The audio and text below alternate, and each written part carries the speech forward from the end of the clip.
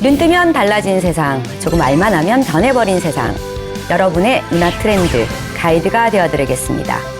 안녕하세요. 문화야 놀자 고민정입니다. 안녕하세요. 박권입니다. 반갑습니다. 네, 한 주간 잘 지내셨죠? 그럼요. 네. 오늘 저 여행 가는 컨셉 어떻습니까? 여행을 완전 떠나기 전 버전인가요? 네, 멋있게. 아니면 갔다 온 버전인가요? 여행을 이제 떠나는 여기에 이제 큰 클래식한 네모난 가방이죠. 큰 거. 그 트렁크 가방만 딱 하나 들면은 정말 유럽으로 여행 떠나는 그런 멋진 신사의 느낌 나지 않습니까? 유럽뿐만 아니라 약간 시간 여행 느낌도 좀 드는데요. 괜찮죠? 네네. 예. 오늘 어떤 컨셉이죠? 오늘은 저는 네. 시간 여행자를 배웅하는 야, 그거 좋은데요? 컨셉입니다. 그럼 우리 이제 한번 해볼까요? 네. 자, 누나, 나 갔다 올게. 잘 있어. 안 돌아올 거지? 돌아는 와야지. 네. 왜 나를 보내려고 그래요? 네. 아니 오래오래 여행을 즐기시라는 마음에서. 좋습니다. 네, 예. 네. 요즘 이렇게 휴가철이라 그런지 서울 시내뿐만 아니라 네. 도심이 아주 한산합니다. 맞아요. 그래서 저는 이때 이럴 때를 노립니다, 오히려. 우리 시내가 항상 차가 꽉 막혀 있잖아요. 답답하고. 네네. 근데 여러분들께서 지금 많이 떠나셨단 말이에요. 네. 저는 이럴 때 역으로 시티 투어를 합니다. 이럴 때. 좋잖아요. 오. 괜찮죠? 이 시내는 다 내 거다. 그렇죠. 예. 역휴가. 여러분들 좀 많이 좀 나가주세요. 네, 저는 좀 시티를 오랜만에 좀 즐기고 싶습니다. 이 복장을 하고. 근데 그냥 하는 소리고. 네네. 이제 코로나로 인해서 많은 분들께서 답답하고 좀 이렇게 억압받는 느낌이 들 정도로 여행도 못 가시고 그랬잖아요. 잔뜩 움츠려 있었단 말이에요. 근데 요즘 완전히 끝난 건 아니지만은 그래도 거리두기가 좀 풀리면서 많은 분들께서 이제 여행 계획을 세우거나 떠나는 분들이 늘고 있습니다. 그렇죠. 네. 하지만 또 이게 반드시 또 너무 확 튀어서 이 약간 분노를 네. 폭발하듯이 막 사람들이 뛰쳐나가는 네. 이런 분위기가 이런 분위기일수록 또 조심해야 될 게 또 있습니다. 뭐죠? 왜냐하면 코로나가 완전히 끝난 게 아니라 그렇죠. 네. 어디 또 가든 서로 또 조심해야 되는 맞아요. 이걸 또 지키면서 또 여행을 해야 됩니다. 또 잘해야 되는 부분이 있어서 맞아요. 네, 오늘 그러면 이 여행을 어떻게 즐기고 재미있고 즐겁게 해야 될지 그리고 주의하면서 네네. 즐겨야 될 여행에 대해서 많은 것들을 이야기해줄 귀한 분을 모셨습니다. 바로 송일봉 여행 작가님 어서 오십시오. 안녕하세요. 반갑습니다. 네, 반갑습니다. 네. 본인 소개를 한번 좀 해주시죠. 제대로. 예, 저는 매일 여행만 생각하고요. 또 제일 잘할 수 있는 것도 여행이고 심지어는 꿈속에서도 여행만 생각하는 여행 작가 송일봉입니다. 반갑습니다. 네. 네, 우리 송일봉 여행 작가님은 제가 현재 라디오에서도 이렇게 전화 연결로 뵙고 있습니다. 그리고 또 채널 돌리다 보면은 여행 관련된 주제 있을 때 또 종종 얼굴도 비치시고요. 많은 분들이 또 좋아하는 그런 아주 유명한 분입니다. 감사합니다. 네. 왜냐면 오로지 30년 동안 여행만 생각하시는 여행만? 네. 네네. 딱 봐도 네. 여행 얼굴이나 외모에서 여행이 느껴집니다. 그런 분들이 있어요. 제가 늘 여행을 하니까 현지에서 이렇게 만나는 분들이 딱 보면 저 사람은 여행을 하는 사람이다. 그래서 어디 가더라도 여행에서 돌아온 사람 아니면 금방이라도 떠날 사람 이렇게 느껴질 정도로 그 컨셉을 저렇게 맞췄어요. 그러니까요. 이렇게 네. 모자도 일부러 좀 쓰고. 좋습니다. 수염도 별로 안 나지만 수염도 좀 기르고 그렇습니다. 네, 완벽한 컨셉입니다. 이 대목에서 궁금했던 건데요. 네. 여행 작가 이러면 많은 분들이 네. 일종의 약간 선망의 여행 작가 멋있잖아요. 근데 여행 작가는 대체 어떻게 하면 되는 건지 그래요. 이런 부분하고 또 하나는 네. 그리고 작가님은 또 네. 어떻게 여행 작가가 되신 건지 네, 질문을 한꺼번에 제가 두 개나 드렸습니다. 알겠습니다. 그러면은 첫 번째는 제가 언제부터 여행을 하게 됐는지 그 먼저 좀 말씀을 드리죠. 저는 여행에 대한 추억이 정확하게 있어요. 5살 무렵입니다. 그리고 저희 아버님이 여행을 굉장히 좋아하셔서 그 아버님을 따라서 여행을 제가 또 장남이었어요. 아버님이 좀 일찍 결혼을 하셔서 그래서 아무래도 이제 장남이고 그러니까 저를 좀 많이 데리고 다녔어요. 근데 그것이 제 어릴 때 정서에 굉장히 도움을 줬다라고 지금도 생각을 합니다. 근데 아버님 지금 연세가 많으세요. 그래서 아버지 저하고 그때 5살 때 어디 가서 뭐 먹은 거 기억하세요? 아버지는 기억을 못했어요. 예, 그래서 그때 여행에 대한 좋은 추억들을 가지고 있고요. 그 다음에 세상을 살거나 또는 이제 군대 생활할 때 굉장히 힘들 때가 있어요. 누구나 힘들어요. 군대 생활은 지금이나 예전이나. 네. 그때 힘들 때 생각났던 게 그 아버지하고 여행을 했던 따뜻한 그 모습. 그래서 저한테는 그 여행이라는 것이 굉장히 중요하고 그때부터 시작을 해서 저는 정확하게 기억하는 게 있어요. 일단은 제가 기억하는 제일 첫 번째 먹은 음식은 냉면입니다. 아, 그래요? 그것도 아버지 따라가지고 갔다가 어디서 냉면을 먹는데 5살짜리한테 식초 넣어주고 뭐 겨자 넣어주고 그래서 지금도 냉면은 제가 잘 안 먹어요. 아니 그 어른들은 그렇게 해서 먹는데 아무래도 아이들한테는 겨자하고 식초는 좀 입맛에 안 맞죠. 그래서 저는 그 냉면에 대한 기억, 그 다음에 제가 가장 좋아하는 처음에 봤던 꽃 바로 벚꽃입니다. 벚꽃. 역시 그 아버지 따라서 봤던 벚꽃이 기억이 나고 다 따뜻함이 느껴지죠. 그래서 그것이 계기가 돼서 여행을 좋아하게 됐고 네. 초등학교 때는 이건 웃지 마세요. 네? 제가 진짜 대나무를 하나 들고 무지개를 제가 따러 간 적이 있어요. 네? 초등학교 4학년 때. 대나무로 하고 무지개를 따라요? 예, 주먹밥 제가 싸가지고. 그래서는 그 산 뒤에 무지개 항상 뜨니까 저 무지개를 제가 한번 잡아봐야 되겠다. 집안 난리가 났죠. 집 앞에가 이제 그 개울이 있었거든요. 예. 그러니까 혹시라도 얘가 또 개울에 빠졌나 어떻게? 싶어서 우리 할머니가 이렇게 막 저랑 나중에 돌아왔죠. 아이고, 무지개가 없으니까. 아이고. 아, 이거는 싫어해요. 그래서 그런 경험이 있고. 큰일 날 뻔했네요. 아, 그렇죠. 그때 가서 못 돌아왔으면 큰일 났죠. 진짜 무지개 다리 건널 뻔했어요. 아, 그리고, 네. 그리고 이제 중학교 때도 여행을 많이 해서. 예. 지금도 이제 저희 중학교 동창들 가끔 보면은. 어. 너 지금도 그 꿰매서 쓴 배낭을 갖고 다니냐고 물어봐요. 그러니까 옛날에는 귀했단 말이에요, 물자가. 예. 그러니까 이제 외삼촌이 저한테 선물해준 그 배낭이 이제 뜯어지니까 그거를 이제 제가 꿰매가지고 그 배낭을 배낭을 들고 다니는데 친구들 생각에는 그 꿰맨 배낭이 생각이 많이 났나 봐요. 그러니까 그때부터도 많이 돌아다니는 거 좋아했고 그다음에 고등학교 시절 마찬가지고 그다음에 대학교 시절에도 틈만 나면은 마지막 시험 있죠? 대학에서 보면 마지막 기말 시험이 있잖아요. 그렇죠. 네네. 기말 시험 딱 끝나면 마지막 과목은 거의 빨리빨리 하고 나와요. 왜냐하면 시험 끝나면 애들이 다 기다리고 있잖아요. 왜냐하면 종강 파티 해야 되니까. 그러니까 빨리 써내고 빨리 가요. 어디 가냐면 짐 싸놓고 그걸 들고 여행을 떠났어요. 막 보름씩 한 달씩. 그래서 정말? 네, 그것이 좀 계기가 돼서 이런 그 여행에 대한 얘기를 많이 할 수 있는 거고 좀 지루하죠. 아니요. 그러니까 지금까지 얘기를 이제 종합을 해보면 예. 우리 작가님은 이제 여행과 어떤 숙명적인 그런 운명이 있다는 거, 숙명적인 만남. 네. 어렸을 때 아버지 덕분에 네. 이제 여행이라는 것을 알게 돼서 그때부터 이제 지금까지 쭉 해오신 건데. 네. 자, 또 궁금한 게 그렇다면은 네네. 우리가 이제 많은 작가들이 있습니다. 뭐 시나리오 예. 작가도 있고 예. 방송 작가도 있고 뭐 요즘은 이제 푸드 작가도 있어요. 많습니다. 많습니다. 그렇다면 여행 작가라면은 예. 이 하는 일이 어떤 것들인지 그게 또 궁금해요. 근데 여행 작가는 기본적으로 정해져 있어요. 일단은 글을 써야 되고, 네. 여행지에 관한 글을 써야 되고, 예. 그 다음에 사진도 하나의 원고거든요. 그러니까 글로써 표현하지 못하는 거, 아니면 글을 썼는데 사람들 궁금한 거예요. 어떻게 생겼는지. 그래서 사진으로 이제 보여주기 때문에 사진과 글은 일단 기본적으로 해야 됩니다. 그리고 나서 이제 그 여행에 대한 경험이 있어야 되겠죠. 네. 여행도 그냥 쑥 가서 보고 쓰면은 그걸 느낌을 모르는 거예요. 그래서 경험이 좀 많아야 되고 또 사람을 많이 만나야 되고 그래서 이런 것들이 주로 이제 여행 작가들이 하는 일인데 여기에 또 부가적인 일들이 굉장히 많습니다. 왜냐하면은 사진 찍고 글만 써서는요 참 하루 세끼 먹고 살기 힘듭니다. 그래서 거기에 이제 여행과 관련된 강연들을 참 많이 합니다. 요즘은 인문학 여행이라고 해서 네. 예, 사실은 그 문화답사 하면은 여행지들 소개하는 거 있잖아요. 네네. 뭐 탑 소개하고 사찰 좋은 사찰들이 굉장히 많잖아요. 근데 그것이 결국은 인문학이에요. 그래서 이제 그런 인문학 강연들 많이 하는데 의외로 사람들이 그걸 듣고서는 나는 전에 갔을 때 왜 그걸 몰랐을까? 똑같은 것을 봤는데 이제 그런 것을 가르쳐 주는 일. 그 다음에 이제 우리 문화체육관광부나 한국관광공사에서 뭐 프로젝트들이 굉장히 많아요.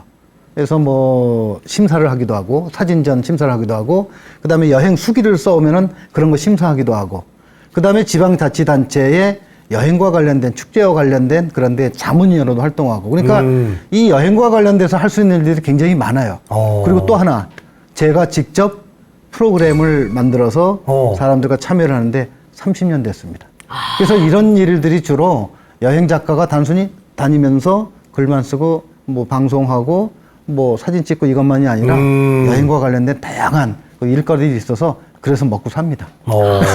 근데 이제 지금 얘기하셨던 거는 이제 네. 송일봉 여행 작가님이니까 가능한 거지. 아, 좋은 보통 지적이시네요. 사람들이 무슨 예. 뭐 강연도 하고 뭐 모임 만들어가지고 운영하고 뭐 그거 쉽지 않거든요. 이게 사실 우리가 이제 SNS에 자기가 갔다 온 곳을 네. 사진 올리고 간단하게 설명 적고 해시태그 하는 거는 예, 예. 요즘은 다 대부분이 하고 있거든요. 그렇죠. 그걸 넘어서는 거잖아요. 네, 그렇죠. 그것도 뭐 나쁜 건 아닙니다. 본인의 여행 기록을 남기고 네. 나중에 지금 썼지만은 이게 한 20년 지나게 되면 그 사람한테는 굉장히 소중한 또 기록이 될 수 있는데 자료죠. 그래서 그걸 무시하는 건 아니고요. 왜냐하면 글을 쓰고 사진을 찍고 강연을 한다는 것은 자기의 경험이 다른 사람에게 어떻게든 도움이 돼야 된다는 얘기죠. 그래서 이제 그렇게 되려면은 일단 여행 경험이 좀 많아야 됩니다. 네. 그리고 자기 주관적인 여행보다는 나는 너무 낚시를 좋아해. 그 낚시 여행만 고집해도 안 되고, 그 다음에 산만 고집해도 안 되고, 좀 사람들이 다양하게 어떤 것들을 좋아할까. 또 시기적으로, 그 다음에 또 취향이 또 다르기 때문에 그런 것을 본인이 객관적으로 좀 볼 수 있어야 돼요. 그래서 그것을 판단을 해서 자기 주관적인 것보다는 다른 사람이 다 공감할 수 있는 그런 여행기를 써내는 것이 그게 여행 작가들의 의무이자 또 능력이기도 합니다. 제가 얘기를 들어보니까 네. 여행 작가가 처음에는 여행 딱 이러면 여행 네. 작가 이러면 왜냐면 단순하긴 너무 여행지. 좋겠다. 여행지 소개하고. 여행 다니면서 돈도 벌고 네. 근데 이런 생각이 딱 그 드는데 여행 작가는요, 고뇌하는 직업입니다. 근데 다른 것 같아요. 왜냐하면 이게 혼자서만의 그런 게 아니라 남을 배려하는 이런 게 있어야지 그런 여행 마음이 작가가 없으면 힘들 것 같아요. 그거 하면은요, 취재도 하지 못하고요. 어디 여행지 가서 참 쫓겨나기 쉽습니다. 왜냐하면 대장이 아니잖아요. 뭐 취재하러 온 게 대장이 아니에요. 그래서 저는 여행지에 가서 취재할 때 그 어르신들 먼저 찾아봬요. 대체적으로요. 한번 생각을 한번 해보세요. 어느 마을에 들어갔다. 그러면 마을에 일단 커다란 느티나무가 있고 네네네. 그 옆에 평상이 있어요. 그러면 할아버지들, 할머니들 거기 앉아 계세요. 근데 그분들한테 물어봤어요. 여기 있으면 재밌으세요? 나 살면서 아침에 딱 밥 먹고 나와가지고 여기서 점심은 친구들하고 시켜 먹고 요즘은 전화로 다 되니까 시켜 먹고 저녁에 해질 때쯤 딱 하면 그게 낙이라는 거예요. 왜 그러세요? 그러면 지나다니는 사람들 구경하는 게 너무 재밌다는 거예요. 그럼 우리가 생각할 때는 젊은 사람이 볼 때는 그게 무슨 재미일까? 근데 그런 재미가 이제 저도 60살이 넘어가니까 앉아서 사람 구경하는 거 진짜 재밌더라고요. 아니, 사람 구경이 재밌대요. 네. 그래서 그 어르신들한테 처음에 가서 먼저 인사를 해야 돼요. 왜냐하면은 외지에서 온 사람은 일단은 전부 다 사람들이 경계를 합니다. 저 사람이 왜 왔지? 또 머리카락 길지? 수염 길렀지?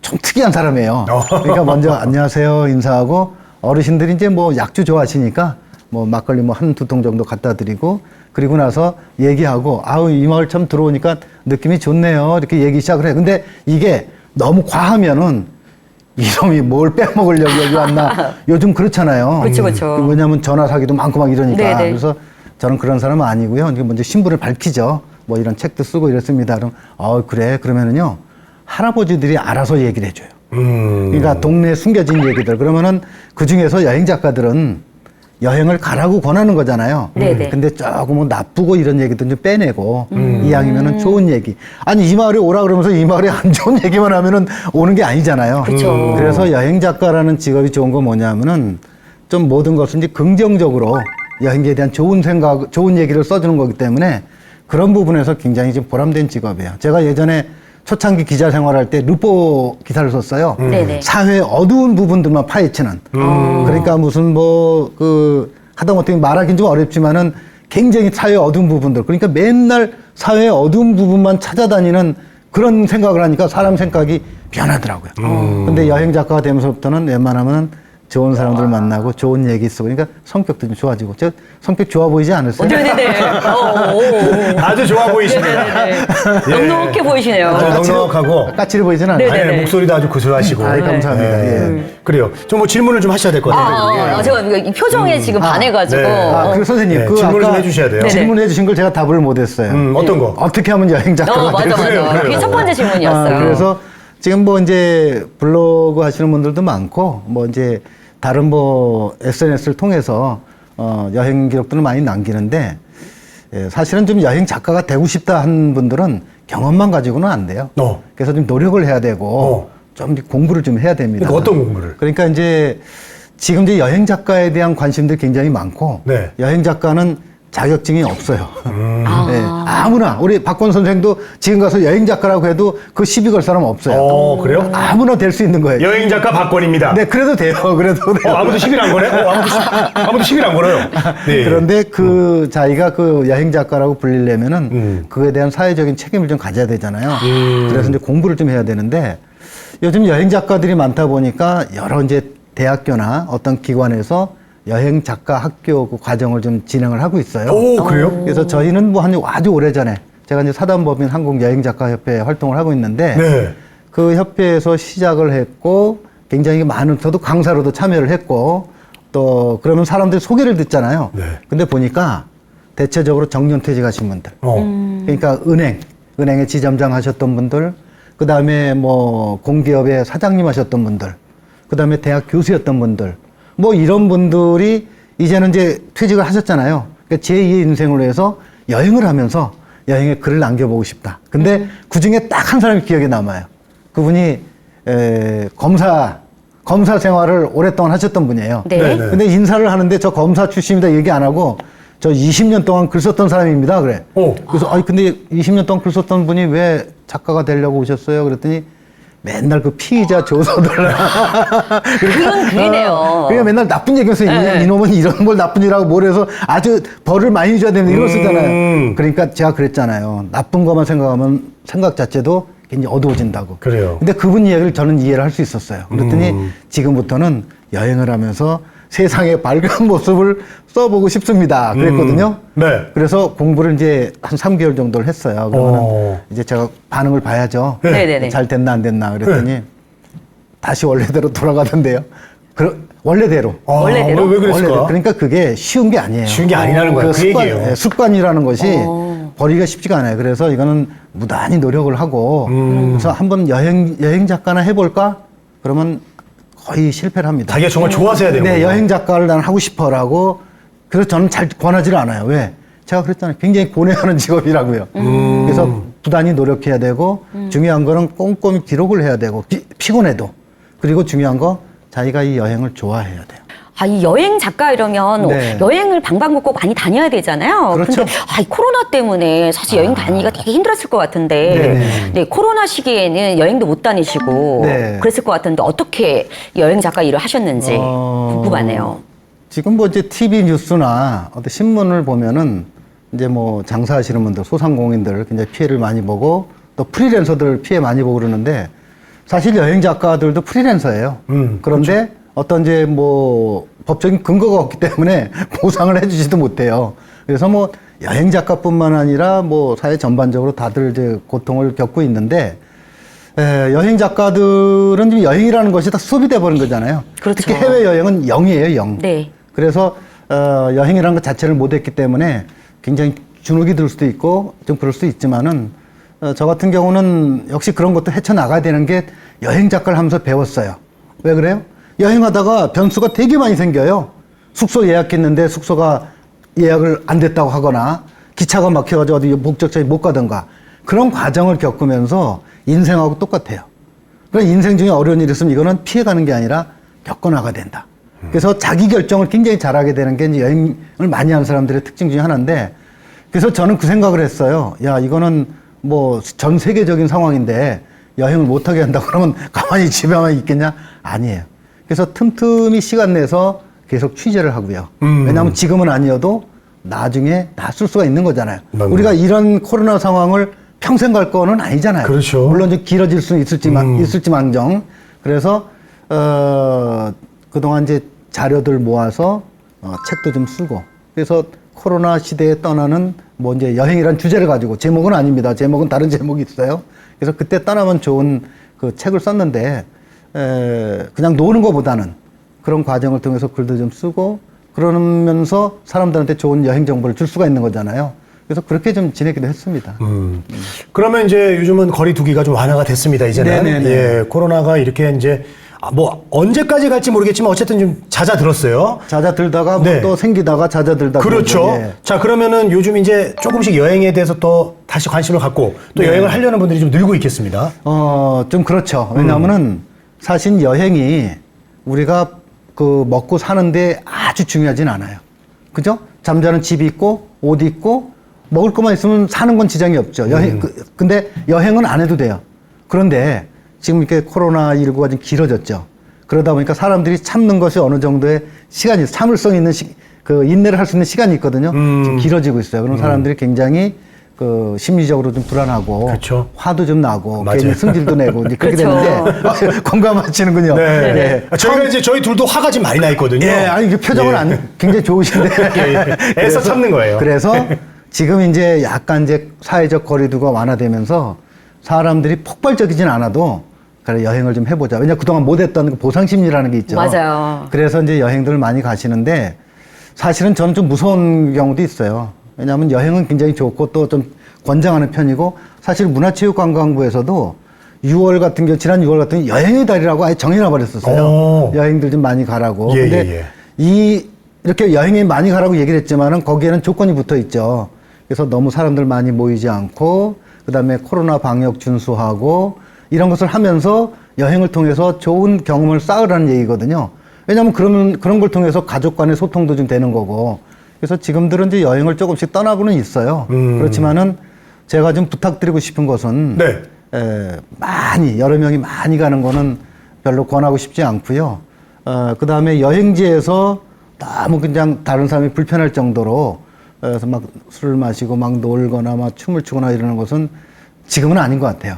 예, 그리고 지금 대체적으로 제가 여행지, 왜냐하면 저도 모니터링을 해야 되니까 여행지 가서 보면은 그 코로나 이전의 여행 방법하고 지금이 달라요. 지금 왜냐하면은 옛날에는 야 누구네 집에도 같이 가자 모여서 한 보통 2식구, 3식구 같이 가거든요. 근데 요즘 거의 한 식구만 가요. 차 한 대로 갈 수 있는. 그러니까 뭐냐면은 우리 가족에 대한 관심도 더 좋아졌고 가족들의 소통에 대한 또 가족의 소중함 이런 것을 이 기회를 통해서 좀 얻었습니다. 그래서 앞으로의 여행 같은 경우도 코로나가 끝나고 나더라도 마찬가지고 아무래도 우리 가족에 대한 또 소규모 여행, 그 다음에 막 시끌벅적한 여행보다는 조용한 데 가서 편안하게 얘기를 많이 하고 추억을 쌓는 이런 여행이 될 것으로 지금 생각을 하고 있습니다. 요즘은 이제 이 여행을 하려는 사람들의 여행객들의 자세까지 좀 설명을 해주셨어요. 네네네. 거기까지 이제 얘기를 한번 해주셨고. 네. 자, 그럼 혹시 그 작가님은 네. 이제 저는 이제 계속 라디오를 하면서 예, 예. 이제 정보를 들었습니다만은 네. 최근에 다녀온 데가 그럼 있으세요? 있죠. 왜냐하면은 4월 달에 사회적 거리두기가 해제가 됐어요. 네네네네. 예, 그래서 제가 4월부터 이제 여행을 시작을 했는데 네. 일단 한번 잠깐 소개를 해드릴게요. 네. 이게 왜냐하면은 하나의 정보이기도 하고, 그렇죠. 여행 작가는 그런 시점에 사회적 거리두기가 풀렸을 때 어떻게 여행을 하는지 그 방법을 좀 알려드리는 거거든요.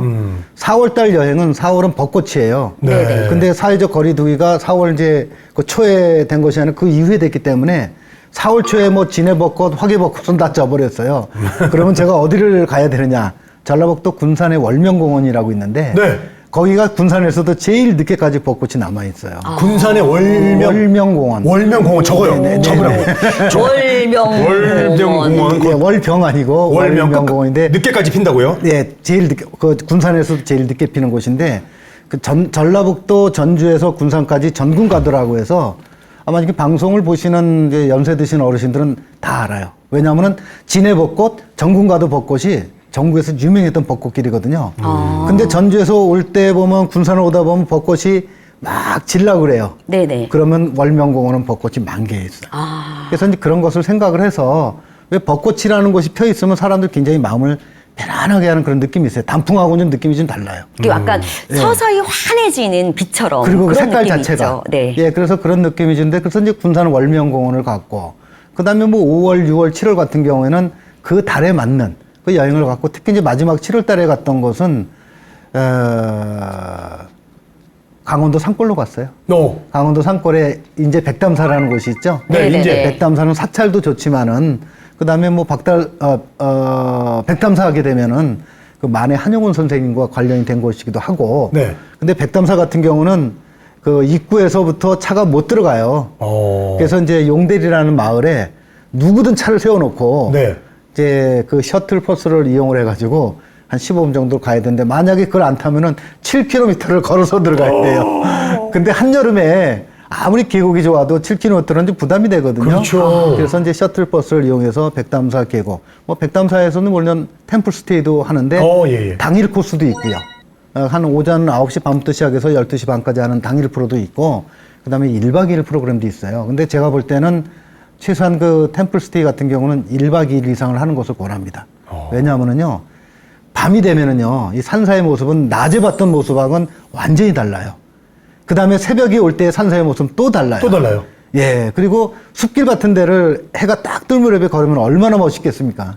그래서 그 템플스테이를 저희는 하지는 못했지만은 권해드리고 싶고, 그 다음에 바닷가까지 갔다 왔어요.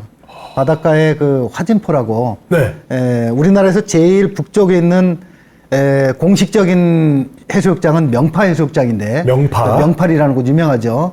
근데 그 아래쪽에 이제 화진포 해수욕장이 있어요. 근데 저는 화진포 해수욕장을 너무너무 좋아해요. 왜냐하면은 황금 물결 출렁대는 정다운 바닷가. 우리 선생님 이 노래 모르세요?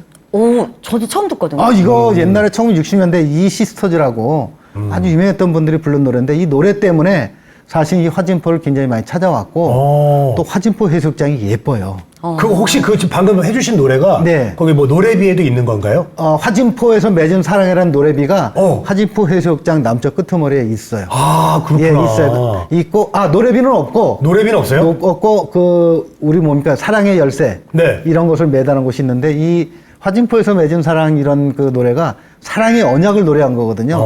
그러니까 이제 우리나라 곳곳에 뭐, 이렇게 열쇠, 자물쇠 거는 사람들 많은데. 그렇죠. 저는 화진포가 최고라고 생각을 그럼 합니다. 제가 이 노래 제목은 뭔가요? 화진포에서 맺은 사랑. 야, 딱 화진포 노래네요. 네네. 그래서 이 가을, 그 7월에 어울리는 곳이어서 산과 바다 이런 곳을 다녀왔는데. 네. 그래서 그 여행을 이렇게 계획하거나 그럴 때도 시기가 되게 중요하고요. 물론 같이 가는 사람들은 중요하고, 그 다음에 오전에 가느냐, 오후에 가느냐, 이런 거에 달라요. 그래서 좀 오전에 화진포를 가고, 오후에는 이제 백담사를 이제 갔다 왔는데, 네. 아마 이런 것도 스케줄 잘 짜면은, 뭐 좋은 여행을 할 수가 있습니다.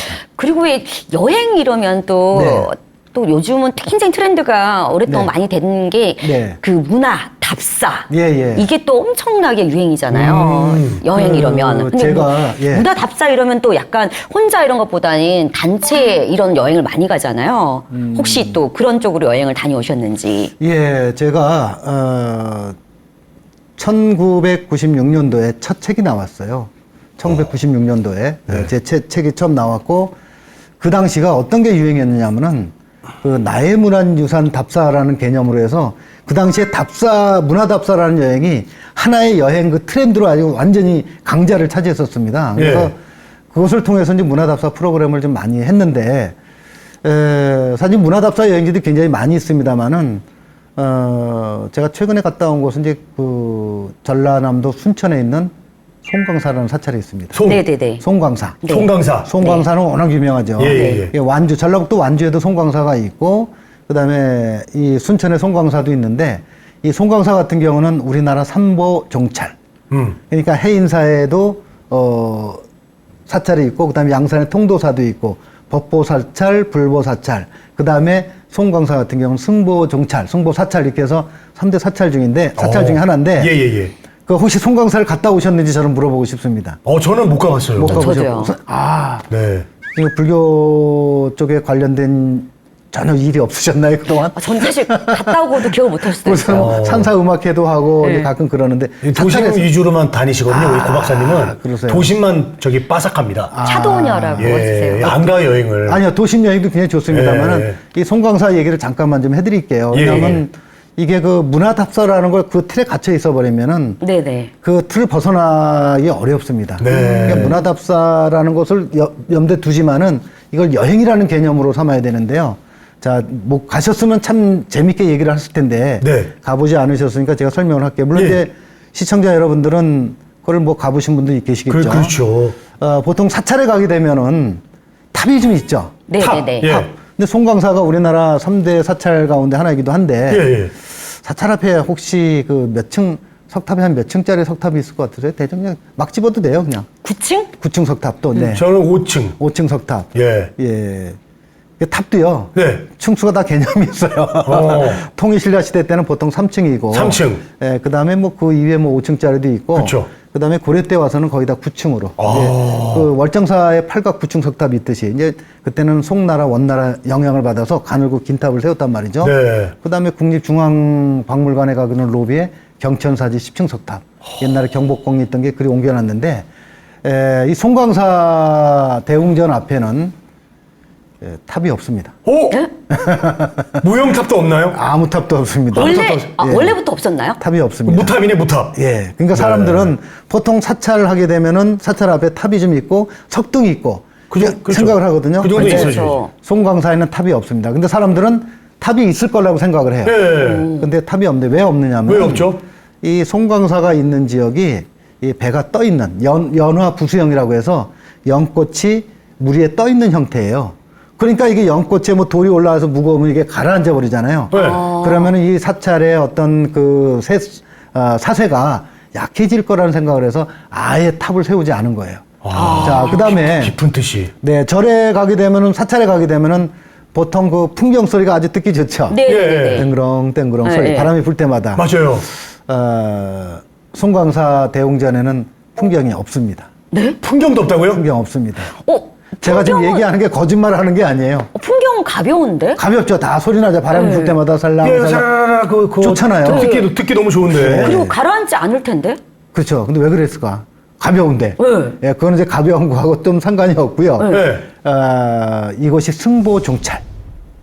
그러니까 법보종찰, 불보종찰, 그다음에 승보종찰이에요. 승보종찰은 뭐냐면은 네. 스님들을 우선하는 그 사찰이거든요. 오. 그래서 외국에서 우리나라에 와서 스님 공부를 하는 사람들은요, 반드시 이 송광사의 국제선언을 거쳐야 돼요. 왜냐하면 스님들을 우선으로 하기 때문에.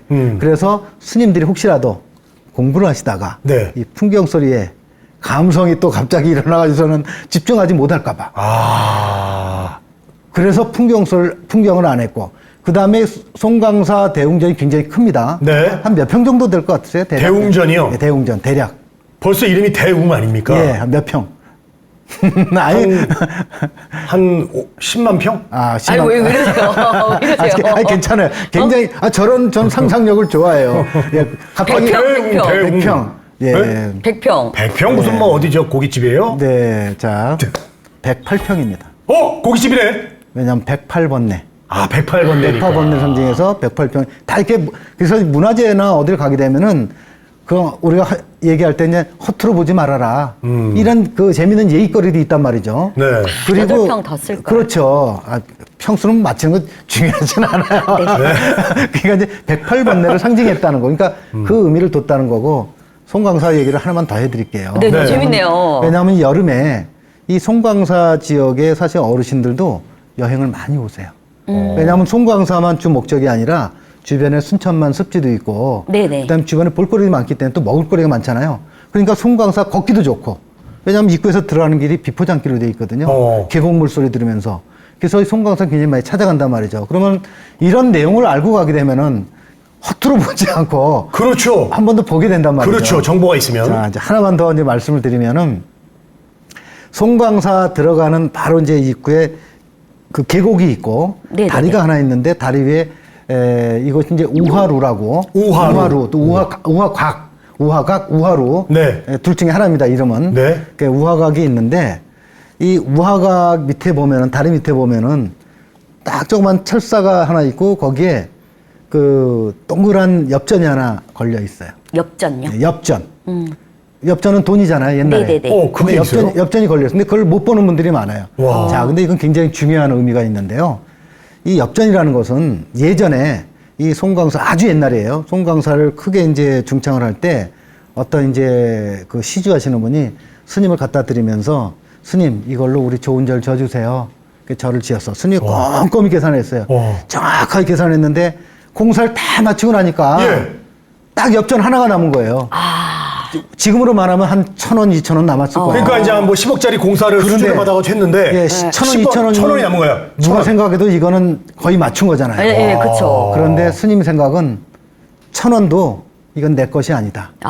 그러니까 어떤 분들은 돈을 이렇게 남한테 이렇게 그 돈을 막 떼어먹었다 편이 맞는지 모르겠다. 하여튼 뭐 돈을 빌렸다가 안 갖고 그러면은 뭐 예를 들어서 얼만데 그러면 야, 10만 원이야. 그럼 야, 10만 원은 그냥 줘도 되잖아. 이렇게 얘기하는 사람도 있는데 그거는 그 자기 생각이고 남의 것은요 아주 작은 거 하나라도 남의 것이 맞는 거다. 그래서 스님이 그런 교훈을 주는 거예요. 금액의 그러네요. 차이가 아니라 자그만 거 하나라도 자기 것이 아니면 탐내지 말라라는 교훈을 그런 곳에 가서 배우는 거죠. 그러네요. 그 엽전마저도 거기에 일부로 하나 일부로. 근데 그것이 달아놓죠. 실제로 있었던 일인지는 뭐 모르지만은 그 교훈만큼은 저는 너무너무 공감을 한다는 거죠. 그쵸. 너무 좋은 네. 말씀이네요. 그리고 송광사 바로 옆에 사람들이 많이 안 가는 곳이 하나 있는데 네. 탑전이라고 해서 탑이 있는 사리탑이 있는 그 건물이 하나 있어요. 예. 그런데 이 탑전을 들어가게 되려면요 큰 느티나무를 딱 잘라가지고 가운데를 파가지고 출입문을 만들어놨어요. 느티나무를 잘라서. 그러니까 이제 잘라서 넣어가지고 이제 그걸 통과하도록 돼 있는데 이 느티나무를 통과하려면요 이게 고개를 숙여야 돼요. 겸손해져야 되네요. 그렇죠. 그러니까 뻣뻣한 사람 우리 박권 선생 같은 경우는 예. 그 문이 가슴밖에도 안 올 거예요. 그런데 이거를 고개를 숙이는 순간에 어떻게 그래 나를 낮추자. 그 불교에서 얘기하는 하심. 나를 낮추자. 네. 초심. 그러니까 그때마다 들락날 때마다 그런 교훈을 준다는 거죠. 그래서 어떤 문화재나 이런 데 갔을 때도 다 그런 교훈이 있기 때문에 네. 그 좁아요. 좁아서 어떤 분들은 이게 참 좁아서 들어갈 수 있을까 그러는데 이건 제가 붙여낸 말이에요. 저게 좁다고 생각하면은 날씬한 사람도 좁고 널널하네 하는 분들은 뚱뚱한 사람도 네. 쑥 지나가요. 예. 널널하네. 예, 그러면 누구나 지나갑니다. 우리 박 선생 같은 경우는 네. 이렇게 옆으로 가야 될 거예요. 네. 그 정도로 좀 좁습니다. 마음가짐이 중요한 거예요. 아무리 제가 마음가짐은, 예. 덩치가 커도 네. 널널하네. 그러고 그렇게 들어가면은 하고, 예. 된다는 거죠. 일단 겸손한 마음가짐이 중요한. 그래서 사찰 같은 데서는 그런 것들을 많이 배울 수가 있는 거죠. 그러니까 구경하는 거는 한계가 있잖아요. 근데 사찰마다 다 그런 특징들이 있어요. 그 엽전이 좀 보고 싶네요. 엽전. 그러게요. 예, 가서 보셔요. 엽전 아직 있어요? 예, 제가 누가 안 가져왔겠죠, 엽전? 이제 우리가 이제 방송을 하고 나서 화면으로 나가게 되면은 네. 화면으로 제가 찍어놓은 사진으로 보여드릴게요. 네, 엽전 그거 보러 가요. 네네네. 그리고 얘기 듣다 보니까 저는 머릿속에 이런 생각이 딱 네네. 들었어요. 그 겸손한 마음 네네. 들어갈 때마다 네. 이걸 그 행동으로 그렇게 맞아, 보여주는 실천하는 게 더 중요하죠. 실천하는. 그래서 마음 같아서는 진짜 우리 집에 식탁에 부엌에 네네. 문을 조그맣게 만들어서 아이들이 밥 먹으러 올 밥 먹으러 올 때마다 이게 겸손함을 아유 어머니 밥 좀 주세요. 이렇게 여기 들어가고 가르치고 싶다는 마음이 나갈 때도 드네요. 잘 먹었습니다. 이렇게 들어가는 걸로 이렇게. 진짜 그건 그런 굉장히 마음이- 불편할 것 같다 생각이 듭니다. 네, 집에서는 아마 마음이 그러시겠지만은 네. 뭐 근데 그렇게 하면요, 작가님, 네네네. 저 소화불량이랑 역류 식도염 바로 옵니다. 그리고 많이 부딪히겠죠. 예. 아이들은 많이 부딪히겠죠. 아, 요즘 아이들은 크잖아요. 네, 알겠습니다. 집은 그냥 한 놔두는 걸로. 네네네. 집은 냅두고 일단 엽전은 보러 가는 네, 걸로. 딴 데서 우리가 네네네. 배웁시다. 그리고 이게 그 여행하는 부분이 네네. 그 한 가지만 코로나 시기에 그 네네. 여행하는 때 사실은 우리가 이제 잠깐 언급은 했지만 네네. 예, 아직도 코로나랑 같이 있잖아요. 우리 그렇습니다. 위드 코로나 예. 이래서 그래요. 그래서 그런 부분에 있어가지고 그런 위드 코로나. 와 같이 여행하는 법을 약간 디테일하게 설명을 조금 더 하시면 어떨까 네. 싶어요. 그렇죠. 뭐 제가 아까 조금 전에도 말씀을 좀 드렸습니다만은 이 코로나 시대 때는 좀 여행 일정을 좀 이렇게 여유롭게 잡는 게 좋아요. 왜냐하면 너무 막 바쁘게 가다 보면은 사실 그 방역 수칙을 알고 있어도 그렇잖아요. 우리도 가끔 가다 보면은 마스크를 써야 되는데 급하다 보니까 집에서 마스크를 안 갖고 나와요. 급하니까. 네. 저 가지고 가야지 했는데 그래서 항상 느긋하게 일정을 좀 잡아야 될 것 같고요. 또 하나는 지금 이제 그 송광사를 소개했습니다마는 막 여기저기 가는 것보다는 어떤 한 지역에 좀 머물면서 산책도 좀 하고 그다음에 사색을 많이 하고 그래서 요즘은 멍여행이라고 있어요. 멍여행. 멍여행이요? 아시죠? 멍여행. 멍. 편안하게 그냥. 그렇죠. 바다만 바라보고. 넉넉고 그냥. 산만 바라보고. 그래서 저는 뭐 직접 참여는 안 해봤는데 외국에서는 이거 멍 잘하는 그런 뭐 시합도 있대요. 네네, 있어요. 있다. 그 멍, 네. 굉장히 잘하는 사람들. 멍 네, 때리기 있어요. 대회가 있답니다. 실제로. 그래서 뭐 바다를 보는 뭐 이런 보는 것 자체도 굉장히 심리적으로 파도 소리만 들어도 좋고 그래서 지금 당분간 우리가 자유롭게 막 여행을 가거나 그런 시기가 오기 전까지는 뭐 그런 여행. 그다음에 너무 막 여럿이 모여서 가는 것보다는 가족 위주. 그다음에 한번 두 분 다 한번 생각해 보세요. 내가 둘이만 가라 그러면 누구하고 여행을 갈 것인가. 근데 참 고민이 돼요. 딱 한 사람만 데려가야 된다면 참 고민이 됐는데요. 네. 그래서 그런 것도 한번 고민해 보시고 그래서 아마 그런 여행을 하는 것이 지금 시니어 아니라 이 코로나 시대에는 좀 필요하지 않을까 생각을 합니다. 그 좀 계속해서 이제 여행 트렌드가 바뀌고 있는데 네네. 어떻게 좀 더 바뀔 것 같이 좀 혹시 예상하시는 게 있으세요? 예, 아마 이 코로나19라는 것이 우리한테 참 힘들게도 했지만은 사실 교훈도 많이 줬어요. 맞아요. 그래서 아마 여행을 하면서도 우리 가족은 물론 챙기겠지만 가족에 대한 소중함을 알았으니까 좀 이제 가족들을 위해서 특히 우리 남편들 같은 경우는 뭐 다 그런 건 아닙니다. 다 그런 건 아닌데 뭐 이렇게 낚시 좋아하시고 그러신 분은 낚시를 가족을 다 데려가기 어렵잖아요. 그다음에 요즘 뭐 100대 명산 또 오르는 게 또 유행해가지고 그거 하다 보면 그거 진짜 힘들거든요. 가족들 못 따라다니죠.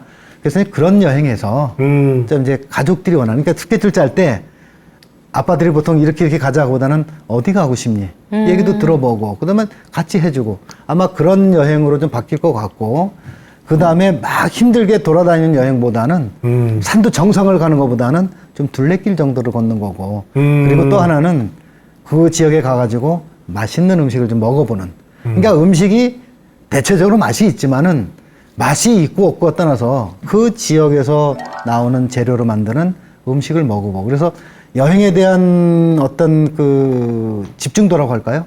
그런 것이 좀 높아지는 걸로 가지 않을까. 네. 그래서 여행의 어떤 수준은 코로나19가 끝나고 나면은 좀 어느 정도는 높아지지 않을까. 더 높아질 수 있다. 생각이에요. 그러면 이거 네. 마지막으로 자. 네. 딱 추천하는 이번 휴가철에 추천한 여행지 딱 한 곳만 추천해주세요. 한 네네. 곳.